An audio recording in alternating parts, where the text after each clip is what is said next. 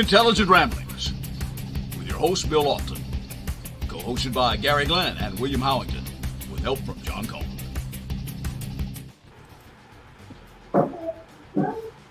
Well, here we are on Intelligent Ramblings, week number 20. I'm Bill Lofton. I'm your host, and my co-hosts are Gary Glenn and some children in the background, and Mr. John Cohn on the right. And this is what we call Thoughts on Our World. How we doing this week? Cold. Oh, it's seriously cold. It's seriously cold. I had a fire burning.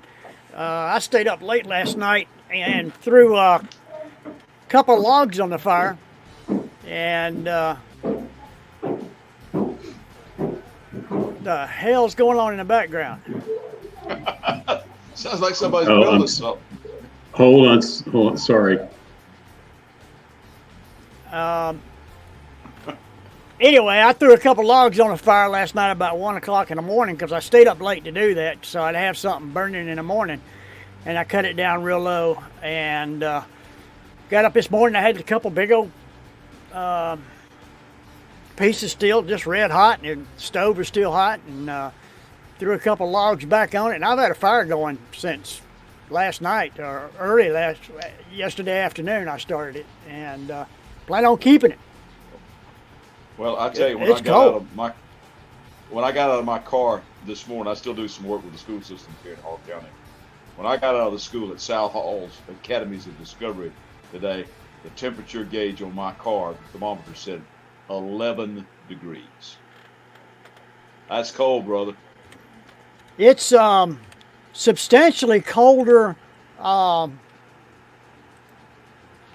where you are than where I am, believe it or not. I talked to William last night, Don't doubt it. and he said that it was 17 degrees where he was at, and or 20, 25. It was about 8 or 9 degrees difference than it was here. It was 32 degrees here last night at about 11 o'clock. And well, you know, one of the best stories I ever heard told about cold was Dan Reeves, the former Falcons coach. And he told about playing in the Ice Bowl. Now, you know, he's a Georgia boy. And he said he thought he knew what cold was because he'd been cold. He said he didn't know what cold was till he got up there in the frozen tundra. He was the holder for the placement kicks. He said the ball felt like it was made out of iron. He said he got hit in the mouth or something and didn't even know he was bleeding till he got to the sidelines, and the heaters they had going warmed him up enough so that he could bleed. When the blood came out, it froze immediately. well, I saw, who was it? Who was the coach of the Eagles? Not Eagles, Chiefs. Mustache froze last week when Kansas City was playing. Yeah. Shoot, I can't remember who they were playing. Was it the Eagles? I don't think they played this early.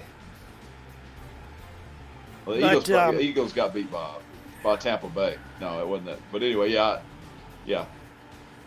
Well. Yeah. In fact, they made a big deal about his Miami. Some of the Miami. pastry shops around there did ice cream sculptures.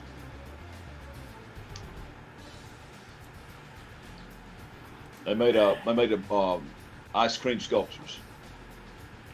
Well, it looks like we got a lot of people talking about ice cream as his mustache. Yeah. Well, it looks like we got a couple of people already talking about Trump. Andy Reid. So, Andy Reid, that's it. Absolutely. He's one of my favorite coaches. He's extremely talented.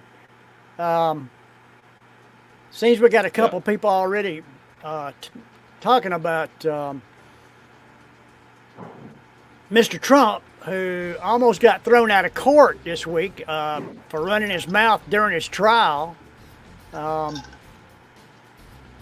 guess he thinks he can just say what he wants, when he wants, where he wants. It was in the... Well, the judge warned him and said said something about Mr. Trump. You can't control yourself. I could make you exit the courtroom. And Trump said, I would love it. He said, I know you would. Because it would give him even more publicity. Trump said it's a con job. It's a witch hunt, whatnot. The Eugene Carroll trial, which he already got to pay her $5 million, and she's trying to bump it up to $15 million. Well, and also criminal charges on that, but we'll see how all that plays out in any event. But the Iowa caucuses were interesting. Oh, it's like Brandon and Jay are agreeing tonight. That's pretty wild. That's interesting too. That's interesting. I mean, go ahead, Gary. I'm sorry.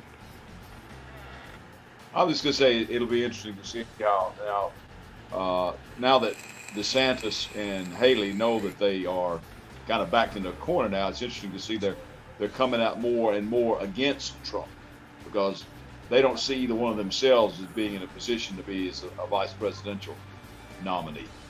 So now they're kind of putting, trying to put a little bit more pressure, perhaps, on Mr. Trump, one another, the American public, or something, to see if they want to distance themselves from that.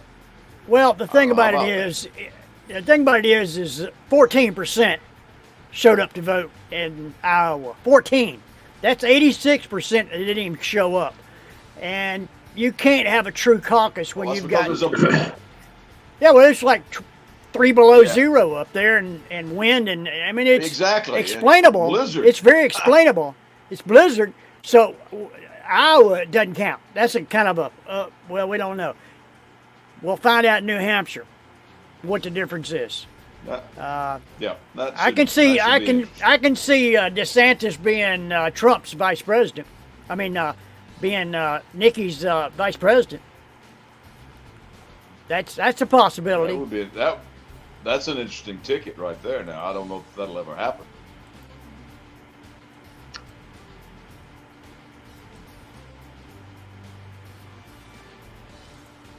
Well, got lots of comments. What do you mean? What do you mean? New Hampshire's a dumpster fire? You're gonna have to explain that one to me. I think it's, and I think when they get to South Carolina, I think Nikki will. She should win that one in South Carolina. I mean, 80%, 6% didn't show up. Well, she's the former governor of South Carolina. Surely she could carry her home state. We'll see. Well, Jay Johnson says that Iowa doesn't count. I agree. It doesn't count. Oh, he's just telling Iowans that. Well, hey, Iowa, you don't count because you didn't show up. The ones that showed up, you got to think about it this way. The ones that actually showed up were crazy to go out in that weather, first of all. So the only ones that showed up were the crazies. So that's about 14%. That's what Trump's going to get in the next election, 14%. The other 86% who have a brain said, I'm not going to Iowa. I'm not voting today. That's nuts. And it doesn't really matter. So.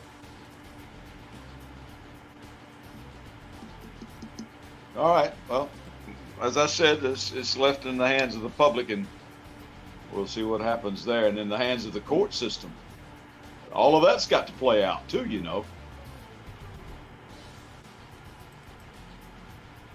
Yeah, that's going to be the interesting part. I think the trials, once they're all said and done, are going to be the really, really interesting part of this election season.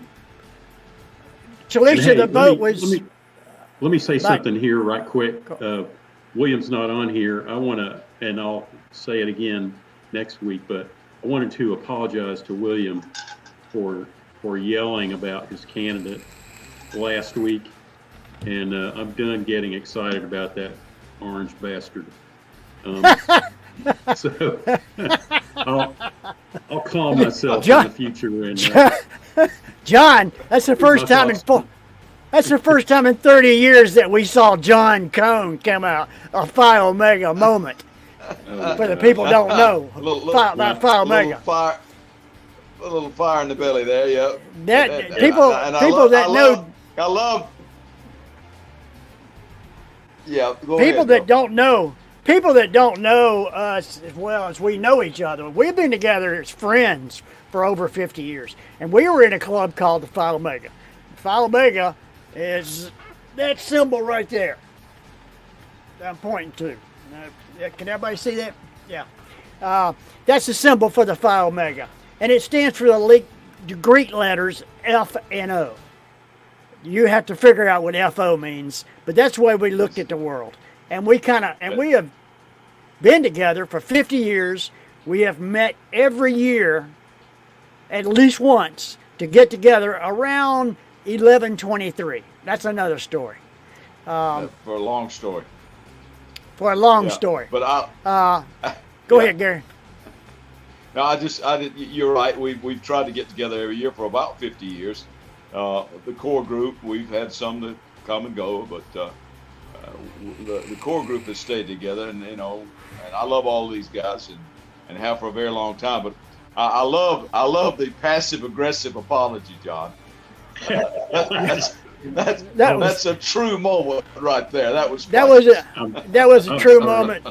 And for y'all that don't know John, and you think he's this real laid back guy, I've seen him when he wasn't laid back.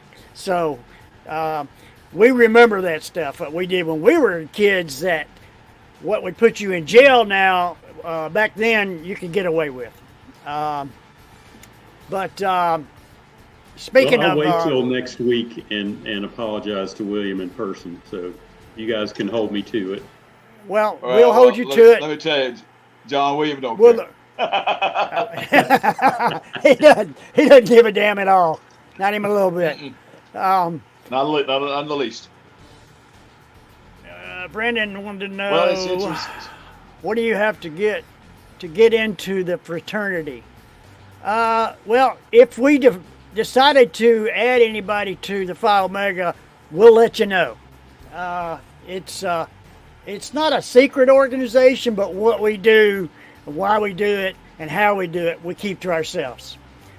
And it has to be a unanimous decision. And I'm not sure the statute of limitations has run out on some of that. Yeah, there's some stuff that we still duck when we see a blue light, that we did back in the day. Back in the day. I know nothing. This is seriously my favorite news show. Well, thank you, Brandon. And going back to Talisha, she said, what was the vote? The vote was 86% didn't show up at the Iowa caucus. The caucus was, John, give me a summation of a caucus real fast. It's a group of people that get together in different precincts, call it a precinct, in places around the state. And there's a Republican caucus, which we had this week, and they all pass their votes, count their votes in their caucus house, and then those are all totaled up. It's just a little different take on a way to campaign and count votes in a Republican primary or a Democratic primary. Very good. And got to keep it going for future generations. All right, Brandon, next time you're over at the house, I'll explain to you what it's all about. Explain it to him. Yeah, you need to do that. Not right now. No, we're not going to do that on live over the net where the whole world can find out about the Phi Omega. But we are an organization that has been in existence for around 53 years. That gives you an idea how old we are. Yeah. It seems that that was the absolutely wrong word to say. It seems to me that President Biden is getting serious with these damn Houthis. Is it Houthis or Houthis or what? How do you say that correctly? I think it's either one. To tell you the truth. We're going to call them the Houthis because it sounds better to me. I've heard it both ways. But anyway, we have hit them 3 times. And when we hit, we're not lobbing missiles that may hit or may not. We're lobbing missiles that hit every time exactly where they're supposed to hit. Well, there's Fred Talbert dropping in. Hey, Fred. Yeah, I agree. Houthis. Jay Johnson says it's Houthis. Okay, the Houthis got the Houthi shot off this week. We hit them 3 times. And I think what I saw this evening, they hit one of the cargo ships today. So I think we can look for the 4th of July happening early this year in Houthi land. Oh. Well, some of that might have been from old. It might have been old footage, but nevertheless, they are a threat to that area of the Mediterranean, not just to us, but to everybody else. Houthis and the blowfish. That's pretty good, Brandon. I like that. I like that. That's good. The only problem with it is that we lost 2 SEALs.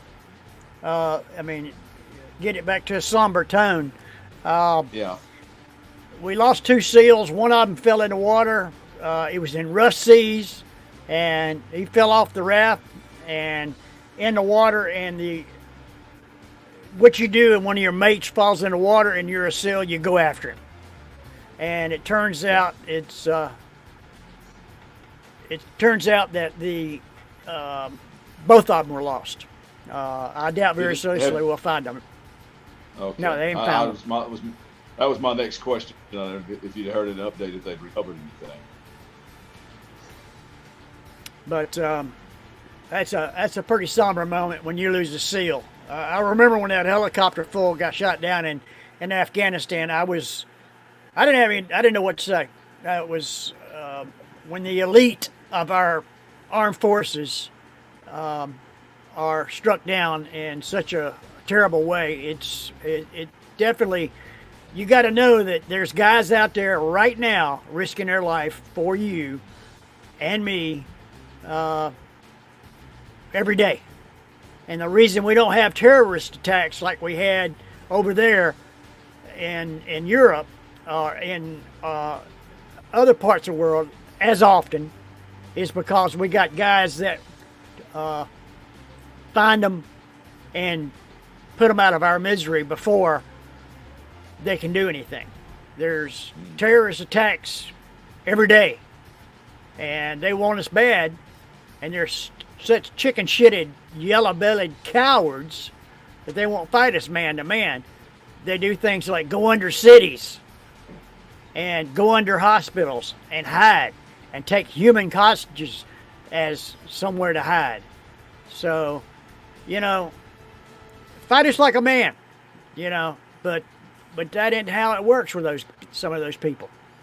And so when you lose 2 SEALs, to me, I take it personal. Because those SEALs would still be here, would be alive and be with their families if it wasn't for those damn Houthis.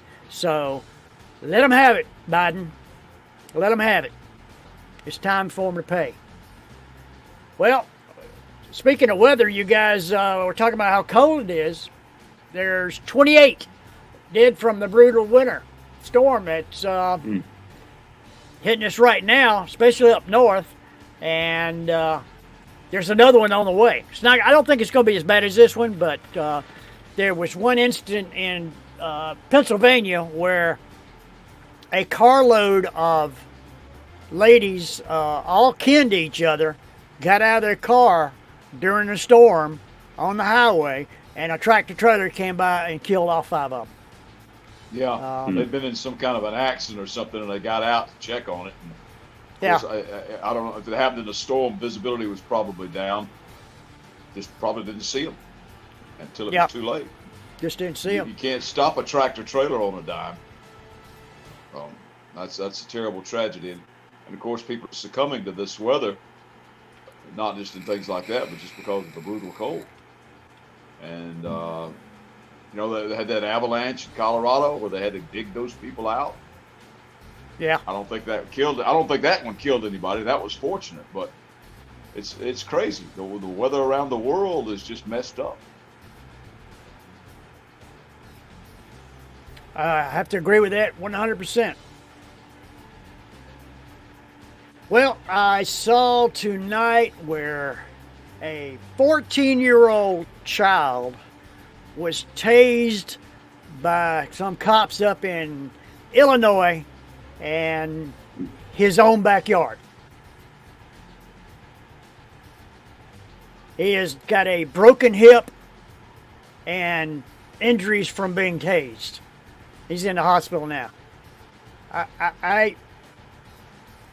If that was my child, number one, I'd own that city, and I hope they do.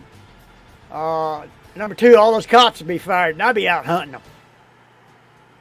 them. There's no excuse for that. None.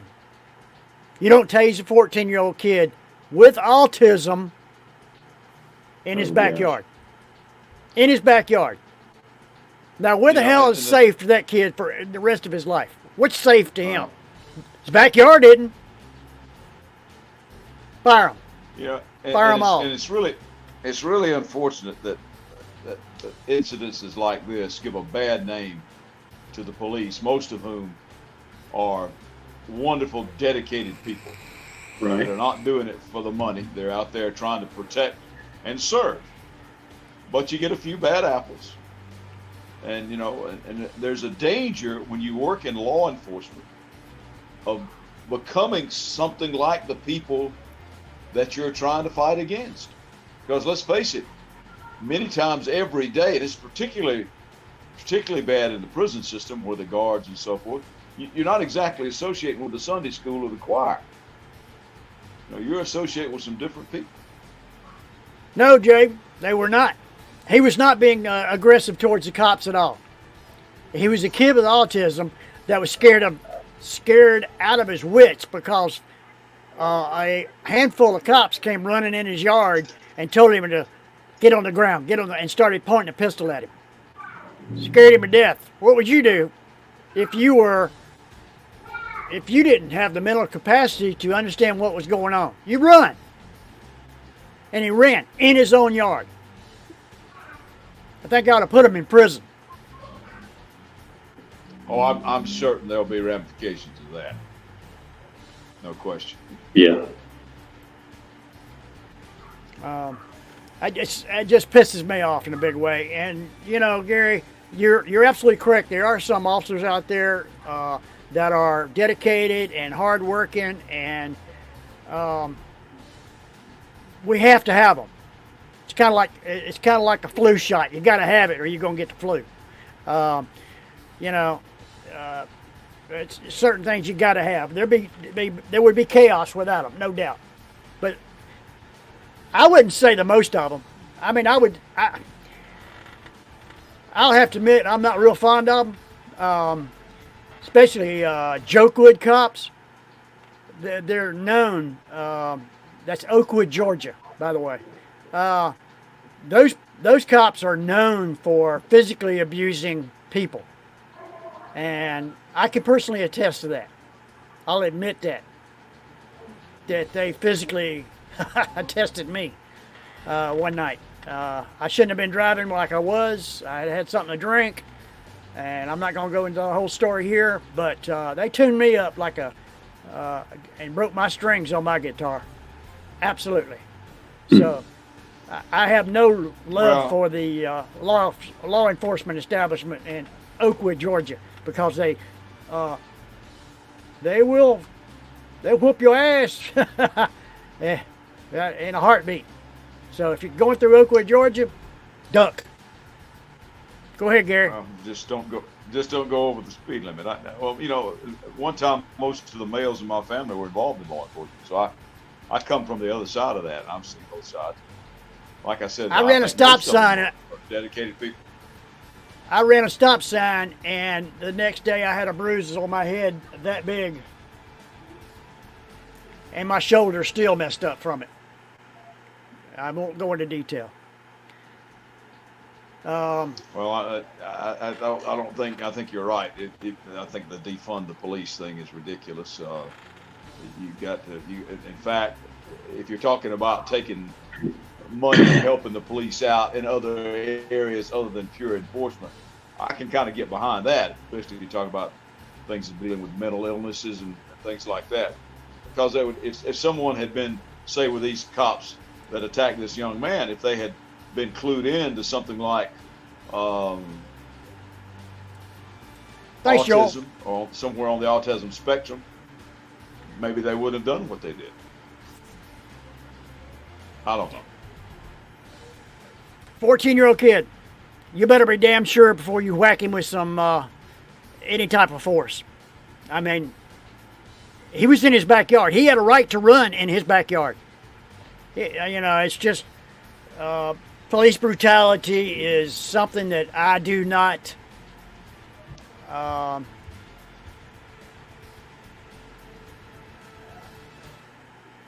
do not condone at all, for any reason. You better be damn sure. Well, it seems that Jack Smith can access Trump's Twitter feed. They've been trying to stop that for a long time, and guess what? They didn't stop it. I don't know what good it's going to do them. John, you got any comment on that? I'm going to say, well, I can't give you that comment. I'll skip over to the next one.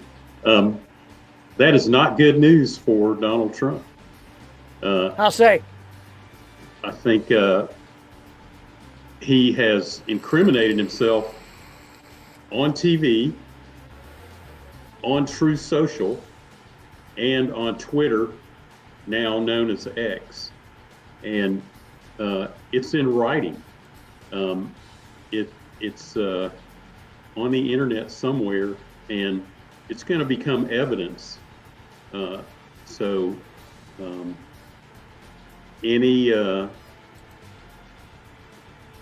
Anything he says out there in the public domain is, Joel, his First Amendment right to say, but whatever you say can and will have consequences. And so I would say that is not good news for Donald Trump. If Jack Smith's got access to archives of his.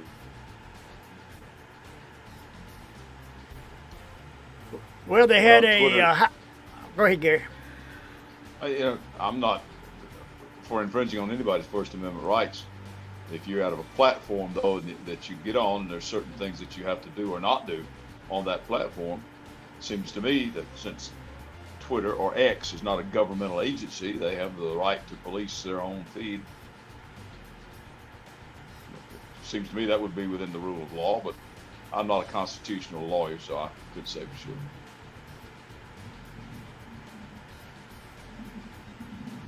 Oh, wow. Yeah. Well, that was 1944. Thank God. Seems there was a high-stakes meeting at the White House today. President Biden trying to get some funds for Ukraine, and it's still being held hostage due to the fact that the border security concessions the Republicans are asking for is stopping the funds for. Where are they getting all these funds from anyway? I thought we were about broke. We are. I think it's. Well, we can have a whole discussion about, are we broke? Are we running a deficit? Yes, we are. Are we broke? No, we're not. They can pay for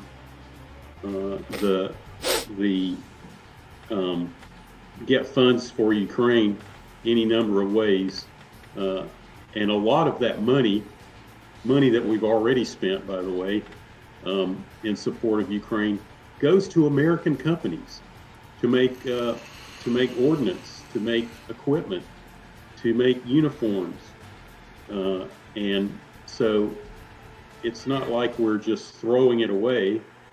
I don't know. I wish they would put aside just for a moment the feeling that they've got to get on the news tonight and every night over something stupid, and do the right thing, get the funds going back to Ukraine, and do the other things that they agreed to do in good time.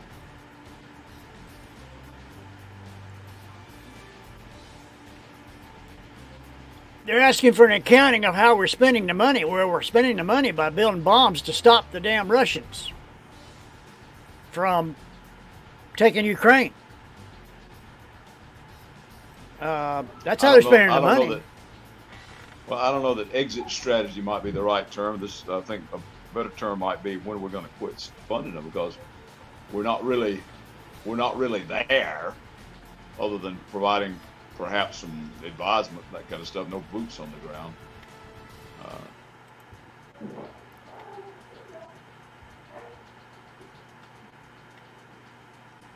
No, we're not sponsored by MSNBC. These are all our personal opinions, nor by Fox. I mean, we're divided. There's 4 people that are normally here. 2 are, one is a dyed-in-the-wool Republican, one is a dyed-in-the-wool Republican or Democrat. Then we got one is a independent leaning towards the left, and we have an independent that leans towards the right. I'm not going to tell you who is what. You have to figure that out on your own. But I will give you a hint. There's 4 different views about everything we talk about. I may be very, very, what's the word for it, Gary? I'm very liberal. I may have a very strong opinion about something, and one of my friends here may have a very strong opinion in the opposite situation. But we've been friends long enough that I can pretty much say anything I want to these guys, pretty much, and they'll look at me and go, "Yeah, so what?" And it's the same way with me and them. They can say whatever they want to me, and I go, "So what?" It doesn't matter. We're friends for life, and our proxy war's okay. Hell yeah. I think proxy wars are great. If you're going to have a war, let somebody else fight it. Hey, I've got a comment that I want to go back to really quick. All right. And that's this one. Brandon, no, we're sponsored by William Lofton Photography. Just to be clear. That's right. That's how we pay for this. Pay for it with my tax returns on William Lofton Photography. And yes, I am a photographer. I'm an event photographer. No, I don't. I don't shoot weddings, so don't call me and ask me. I don't like shooting kids either. They get on my nerves. Adults and events. That's what I shoot, and I do shoot houses for residential architecture. Yeah, no, I've done some sporting events. I shot for the Marietta Daily Journal for 2 years, covering sports and other events for them. And I shot a little bit for Gwinnett, the Gwinnett Daily. Shot some for the Gainesville Times. But now I pretty much, I'm an event shooter. I travel and shoot marathons. I've shot the Peachtree Road Race about 10 times. I was there when they threatened us and said July 4th something was gonna happen. Well, I was sitting over 10th Street on July 4th that year, and I couldn't move. So whoever threatened us, kiss my ass. You didn't get us. Gary, you're Nicole's favorite for some reason. Nicole. Well, it's obvious, It's the intelligence and good looks, all the whole total package. Oh, no doubt. Well, I got something to throw out. Who's going to be the next Falcons coach? Just to change gears just a little bit. They've talked to Bill Belichick.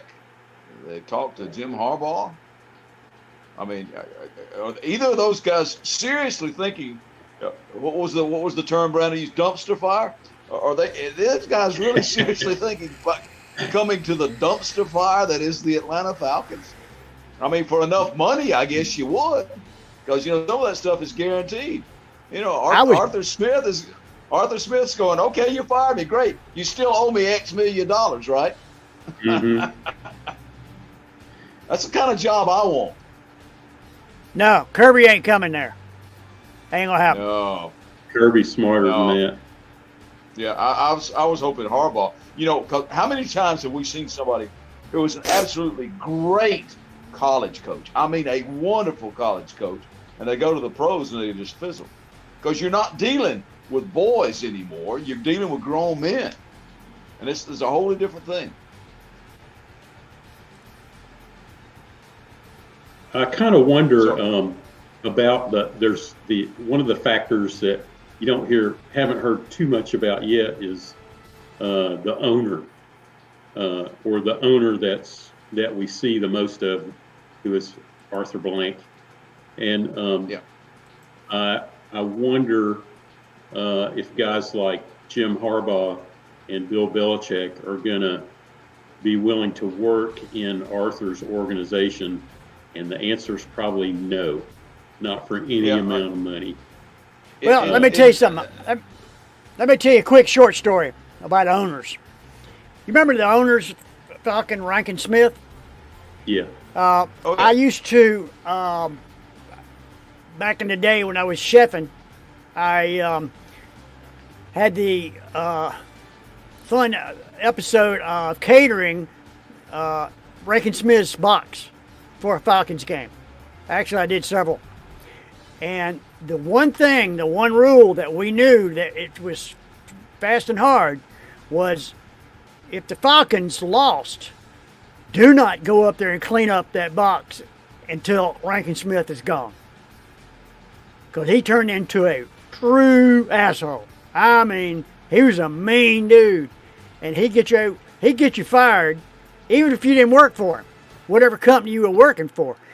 And he would, bad about dog cussing anybody got near him, and he was a Tyrannosaurus Rex if the Falcons lost, which was often. And during that era, yeah. I mean, because when you cater, when the ball game's over, the food's over. So you scamper in there and get it up as quick as you can so you can get out of there and get home. But we'd sit out there an hour and not go anywhere near the box until we saw Rankin Smith leave. And then we'd go in and clean it up. They're difficult people to deal with. It's like Kenny said, they're dealing with men sometimes that came from nothing and now they're millionaires. That's true. And they don't know how. Or in the case of Blank, a billionaire. Yeah, a billionaire. And he doesn't have to care what you think. No, he didn't care at all what you think. I shook hands with him one time, and I was reluctant to wash my hand for about a week because I was, I'd never shaken hands with a billionaire before. Well, that billionaire. I used to cover the Falcons.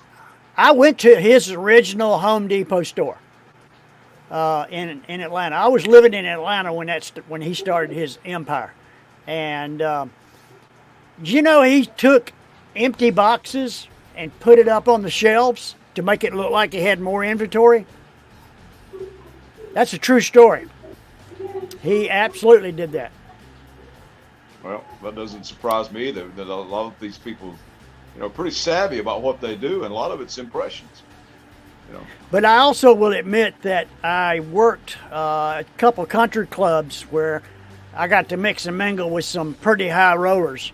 And I would have to say that the people that are filthy rich are the ones that have new money are harder to deal with the ones that have old money. Old money have respect for the people that work for them and care for them and do what they have to do to take care of them. And I was treated better in the places I worked at that had old money. The new money, they're just rednecks with money. But the new money, they're sophisticated and know how to deal with it. Well, when somebody gets money, it reveals their true character. Right? Yep. Yeah. I mean, it comes out. I had one of my mentors in the television business back, a gentleman that I really miss, a fellow by the name of Lanny Finch, told me one time, Gary, he always called me Gary with a long A. Gary, if a man is a born asshole, you can deal with him. If he sets out to be an asshole, you can't deal with him. And I thought about that. And if somebody is born that way, they're always going to be that way, and you know how to act, right? But if they set out to be that way, it doesn't matter what you give them. They're like a petulant child. In 5 minutes, they're going to want something else. So you can never satisfy. Yep. So some of these people Absolutely are exactly that. They're just born that way, and that's what they're going to be. No matter if they got money or they don't have money, they're still going to be that way. Well, And some on of them that set note, out to be that way. we're going to go to our next part of the show, and we'll be right there in just a second.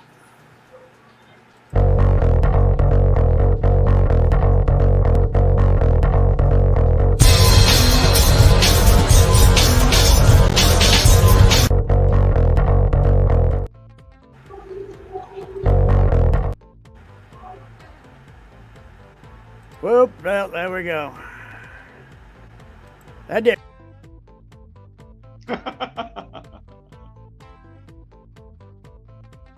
Right? I guess it's my time. So, we've touched on this a little bit already about the weather. Now, they've been all over this, and you would have thought it was the great blizzard of 94 all over again. I'll get to that in a minute. And I guess they have to do that. And I appreciate them letting us know things. But here's what I really want to know about the weather. Despite all of their bells and whistles and their gazillions of dollars worth of equipment, here's what I want to know about the weather. How hot it's going to be, how cold it's going to be, and whether or not it's going to rain. Or in this case, frozen precip. That's what I really want to know. Now, it's cool, I guess, to find out where all this Arctic stuff is coming from, and the jet stream does this, and the Gulf Stream does that, and this thing does that. But really, I really want to know tomorrow how hot it's going to be, how cold it's going to be, and whether or not it's going to rain. And of course, down here, we live down south, and Bill and John and William and I have all had associations with Coach Jack Keene, my math teacher and wrestling coach back at Jefferson High School.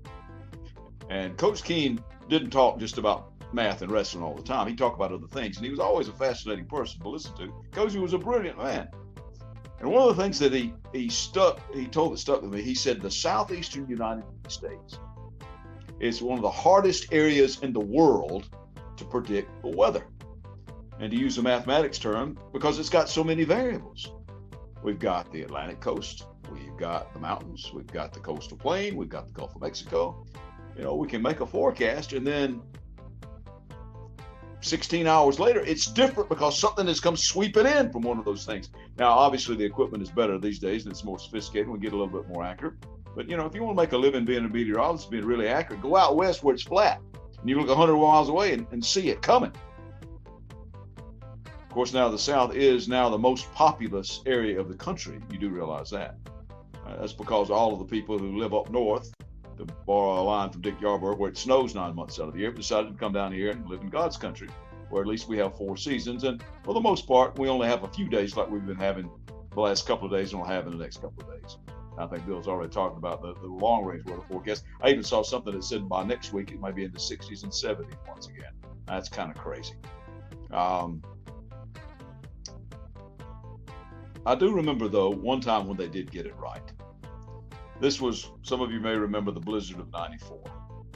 And it happened on a weekend. And I remember that because my oldest son, Morgan, and decided to go spend the night with the kid because it was a birthday party. And that's what the boys all did in those days. They would go spend the night at one another's house when they'd have a birthday, and they'd stay up all night and do all kinds of crazy things, and come back the next day and sleep all day at their own houses. Well, in this instance, they had forecast, some pretty bad weather coming in. So my wife said, should we let him go? I said, are you kidding? They miss this stuff all the time. They never get this stuff right. And so we let him go on that night, on a Friday night, to spend the night that night. So I got up. I happened to get up about 7 o'clock on Saturday morning and looked out the window, and there was nothing going on. I mean, zero. I said, see there? They missed it again. Within a few hours of me saying those famous words, we were going to get him in a 4-wheel drive and almost didn't make it home. So occasionally, they do get it right. But as the guy said, every now and then, even a blind hog finds an acorn. How hot is it going to be? How cold is it going to be? And is it going to rain? That's what I want to know. That's my time. Thanks for yours. I'm Gary Glenn. This webcast is brought to you by William Lofton. This webcast is brought to you by William Lofton Photography. They can be found at williamlofton.com. Offering event residential portraiture at williamlofton.com.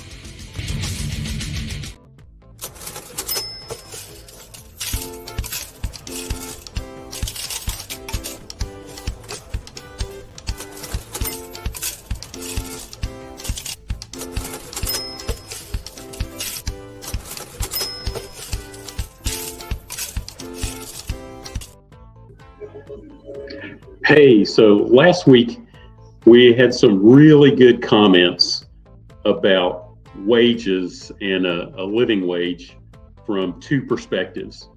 One of the commenters was coming at it from the perspective of a wage earner, and the other was coming at it from the perspective of a business owner. And the wage earner sees wages from one perspective, the business owner sees it from another.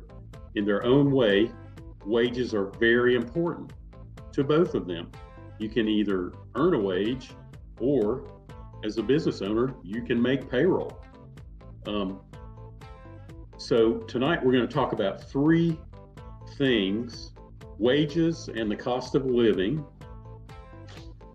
productivity and compensation, and capital and labor. And really, the last two I'm just plugging in there so we can talk about them in the future. If you have any questions while I'm doing this, put it in the comments, and I'll follow up. And in particular, for the numbers that I put into this little talk, I've got references that you can go to and review for yourself. So, wages and the cost of living. Here's some important numbers to put things in perspective. The official minimum wage in the state of Georgia is $5.15 an hour. The federal minimum wage is $7.50 an hour. Both are ridiculously low. The federal minimum wage supersedes the Georgia minimum wage. Georgia just has their wage set where they do, so they can thumb their nose at Washington, D.C. It's a political thing. So minimum wage in Georgia, $5.15 an hour. The mean hourly wage for a carpenter in 2022 in the state of Georgia, the average hourly wage for a carpenter was $23.51 an hour. The hourly wage needed to afford a 2-bedroom apartment in Georgia that same year, $24.75 an hour. Something is wrong with that picture. If you, as a carpenter, can't earn enough money to rent a 2-bedroom apartment based on your hourly wage, things are out of whack. Okay, So there are three things to take away from all these numbers. Number one, rent increases are one of the fastest growing components of inflation. They're one of the hardest parts of inflation to control, and it's a problem of supply in the short term. There just aren't enough rental units on the market, so rents are high.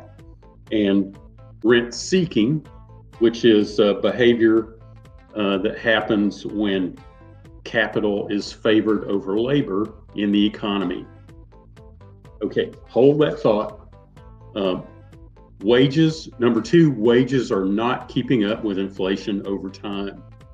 The formula, wages minus inflation equals real wages. That's the money in your pocket after accounting for inflation. Real wages have been flat to negative since the late 70s, early 80s. And I ought to know because I've been working since then. Over 40 years, that's how long that's been.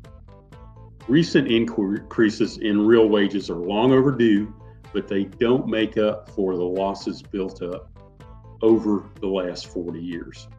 So real wages have been flat to negative over time for 40 years. There's a balance. Number three, there's a balance between business owners and wage earners, and that balance has been on the business owner's side since that same time frame, the late 70s to the early 80s.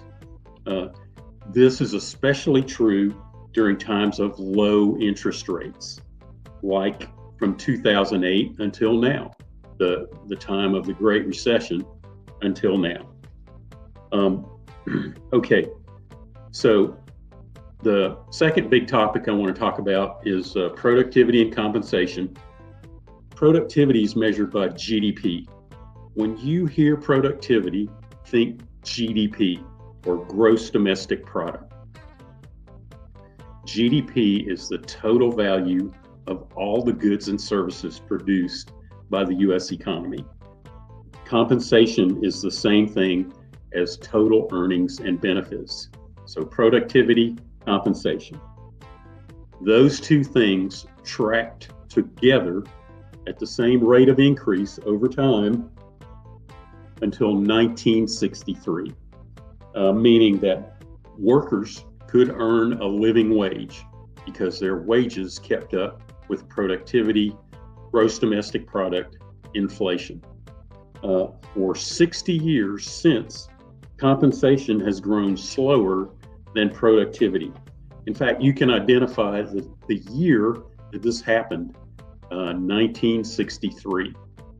So there's been a lot of research done around what happened in 1963 to break these two apart and for compensation to track slower than productivity.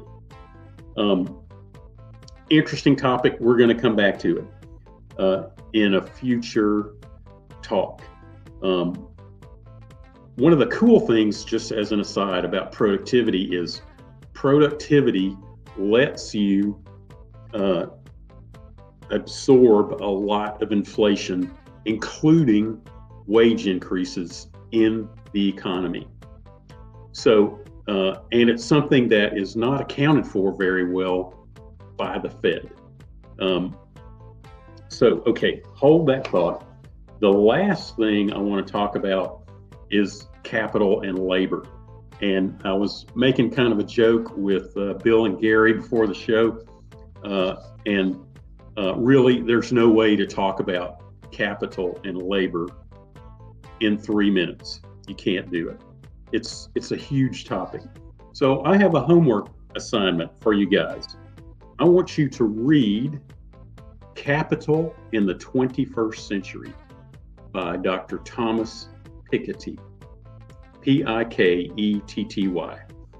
I'm kidding. It's 771 pages long. Read it if you want to, but I'm going to talk about capital and labor in a future show also.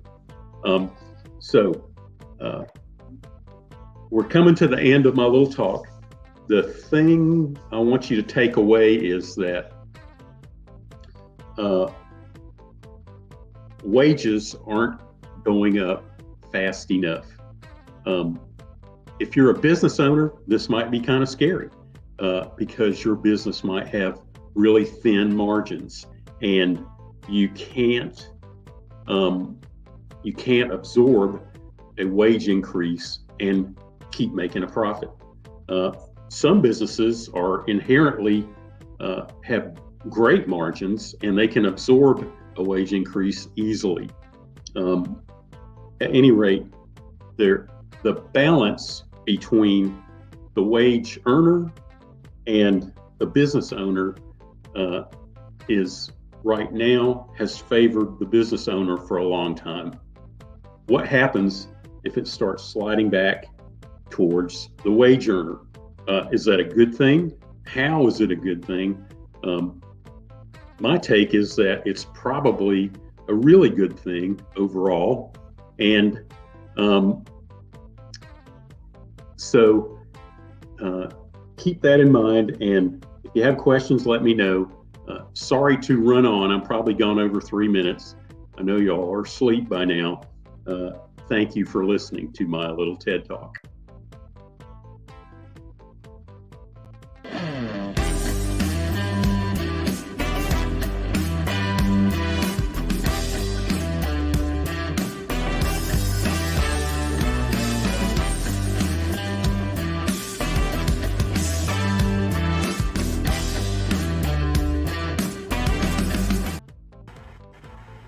Well, here I am in my creek. This is Whether or Not.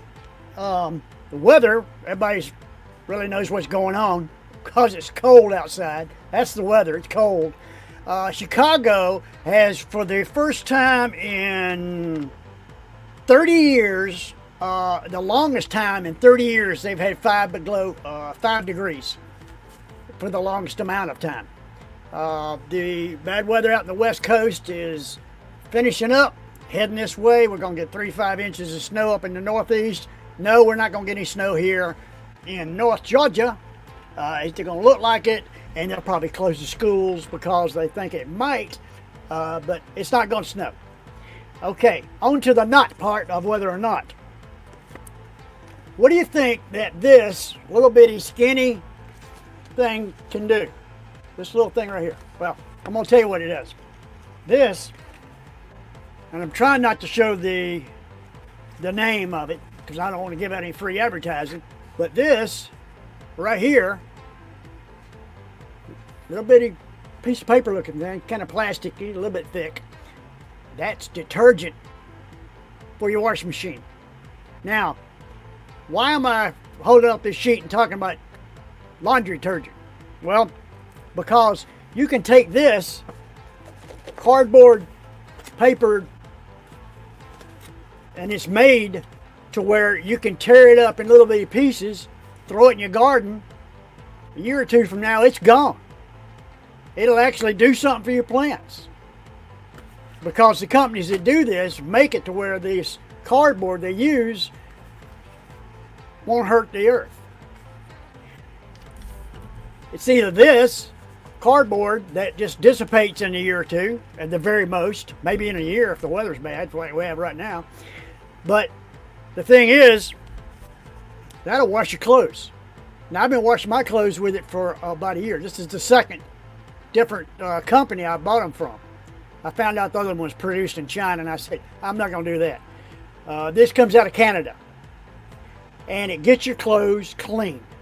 The whole point of this is the fact that, think about your Tide or your All or your other containers that come in those big, bulky, gallon plastic jugs. You know how long before they dissipate? Well, there'll probably be dinosaurs back on the planet running around before those things go away. They don't.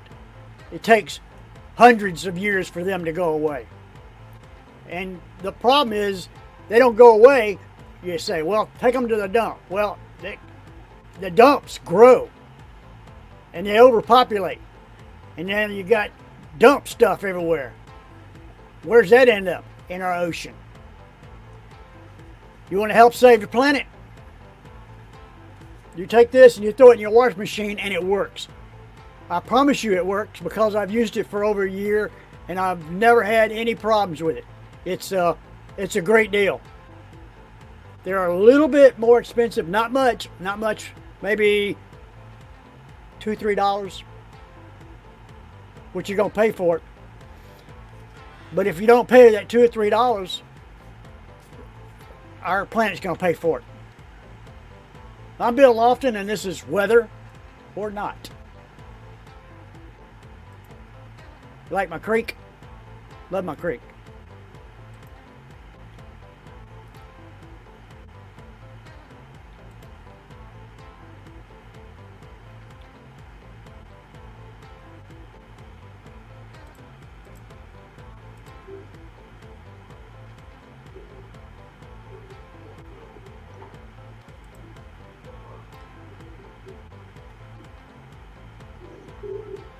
And we're back.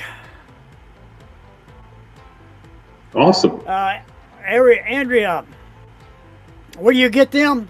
Well, I'll give a free commercial to True Earth.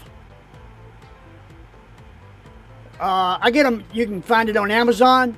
They actually have some in Walmart. You can find them online.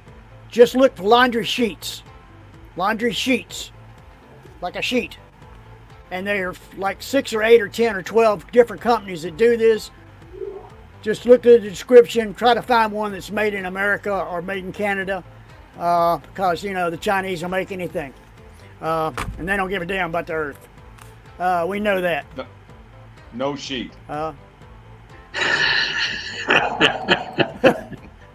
sorry.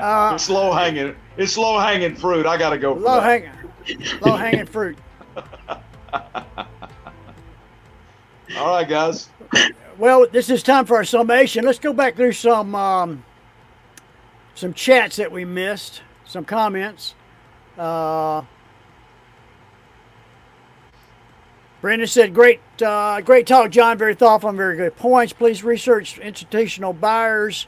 The reason our real estate market is totally screwed, it's the institutional buyers literally purchasing. Well, I understand that, Brendan. I'll speak for John for just a second. I worked for a company as a photographer right after the recession, and what they did was went and bought a bunch of houses, like millions, all over the country.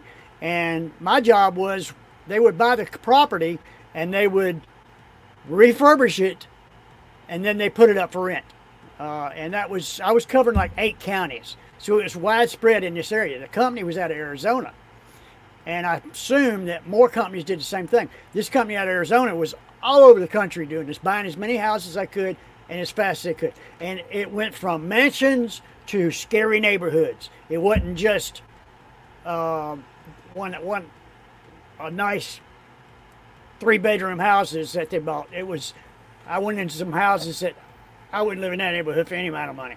But I also went into houses that I wish I could live in that neighborhood. So I'm assuming that other people did the same thing, that during the recession when people were losing their homes, that these greedy bastards went in there and bought up whatever they could, and now they've got people living in the houses paying 3/4 more for the rent than it was when it was before. And that has not helped our country. Tim Lee says some folks simply do not want to be rich. I'm sure that was tagged on to another part of a chat that he came up with. He had a good one. Let's see. Public schools do not teach children and young adults how to be wealthy. They teach them to work hard, pay taxes, save money, buy a house, have kids, and have them instructed to do the same as you. That's true. They didn't teach us a lot of economics in school. No doubt about that. But you can get a pant load of economics if you come to our podcast. That's it. We will have economics on a regular basis. We're going to teach you how to spend your money. Well, in the past, you were instructed how to be a good citizen, and if you happen to be wealthy along the True. way, well, good on you. Good on you. Now I'm not sure what we're instructing kids to be, other than how to stay on their cell phones 24/7. But that's a whole different topic. Ooh. And I'm an old Andrea so. says she's not asleep. Great talk, John. Thank you, And Andrew. Tim's saying that a lot of folks struggling to make those house payments these days for sure. Oh, they are. I mean, can you imagine being living in New York during COVID and being single and having a job and it's shut down and you got rent to make? I cannot, for the life of me, cannot fathom how some people got through all that. It was horrible, and I really felt for them. Yeah, I'm glad everything's paid for now. I'm at that age, so, and I'm liking Andrew, that. What are they? Where do you get them? Laundry sheets. You talked about that. Laundry sheets. I talked about that, and if anybody has any questions about laundry sheets, you can go on our Facebook group page or Facebook page. I hadn't figured out what it is yet, but and ask there, or you can email us. We do have a email address, and no, that's the website. Here's the email. Email us at intelligentramblings@gmail.com and ask us any questions or any comments, or you want to say you're full of crap. Just be nice. No hate mail. But that's how you can get in touch with us at any time, is through intelligentramblings@gmail.com. No, we could take it. My wife tells me I'm full of crap all the time. That's true. The thing about it is, she's Brennus, right. I'll have to agree with Jill, Gary, because I've known it for years. And I'm not. I'm everything you can take it with a grain of salt. They're literally building subdivisions that are only for rent. That's right. That's what I'm talking about. I photographed those subdivisions. Apartment houses too, condos too, just for rent. Yeah. Brandon. Brandon, let me say really quickly, Brandon, that's a great observation, and that might not be a bad thing, in that at least they are adding to the supply of rental homes, and so supply and demand being what they are, it actually may stabilize rents if there are more of those kind of subdivisions out there. Anyway, I just wanted to add that little bit. Good comment. Good comment. Well, anybody else got anything to say? Tim, Andrea, Brandon? I guess. Kenny, you've been awful quiet tonight. I don't even know if Jay Johnson's still with us. We do appreciate you guys commenting and being here. Yeah. And please tell your friends. Tell them that they can see any of these broadcasts or webcasts or whatever cast you want to call them. I hadn't figured it out yet. On our YouTube channel. They're all there, going all the way back to the third. It starts at the third week that we started doing this, because the first 2 weeks were so bad that I took them down. But the Facebook group or Facebook page has everyone that we've ever done, except the first 2 or 3. And you can send the address, send that to your friends. The more people we get, the better things can go. And we enjoy talking, obviously, and we enjoy talking with you. Yeah. And we would love to have you back with us. This is a compliment. Brandon said, I'd love to talk to you more in person or on the phone. John, I've enjoyed listening to you. Well, next time John's going to build a house, Brandon, I'll let you know. And that should be sometime soon. That'd be great. I'll, Gary Glenn is still my favorite one. Yep. Gary's everybody's favorite, though. He's cuddly. It's like a big teddy bear. I love hugging him. You know what I mean? Like a big old teddy bear. Big old teddy bear. Yeah, you can't help it. I always tell my Hispanic students, soy un hombre muy inteligente, muy fuerte, y muy guapo, which means I'm smart, strong, and handsome. And they giggle at that. Then I just ask them, why you acting like that? Well, all right. I think that's pretty much where we are at the end here. And please invite your friends and tell them about it. Kenny, does Imogene live anywhere near you? I expected to see her here tonight, and I didn't see her. Maybe she was here and she didn't say anything. I don't know. But we absolutely encourage you to at least say hello to us so we'll know that you've been here. But other than that, I got one more comment. Kenny said yes. Yes, Imogene was here, or yes, something else. I'm not sure. But please feel free to comment and invite your neighbors, friends, neighbors, and enemies.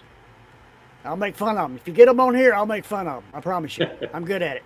It'll happen. Yep. Thank you, Tim. That means a lot. Thanks, Oh, guys. she lives close. Okay. You need to go to the house, knock on the door, and say, hey, Bill called you out on Intelligent Ramblings because you weren't here. Don't do that, Kenny.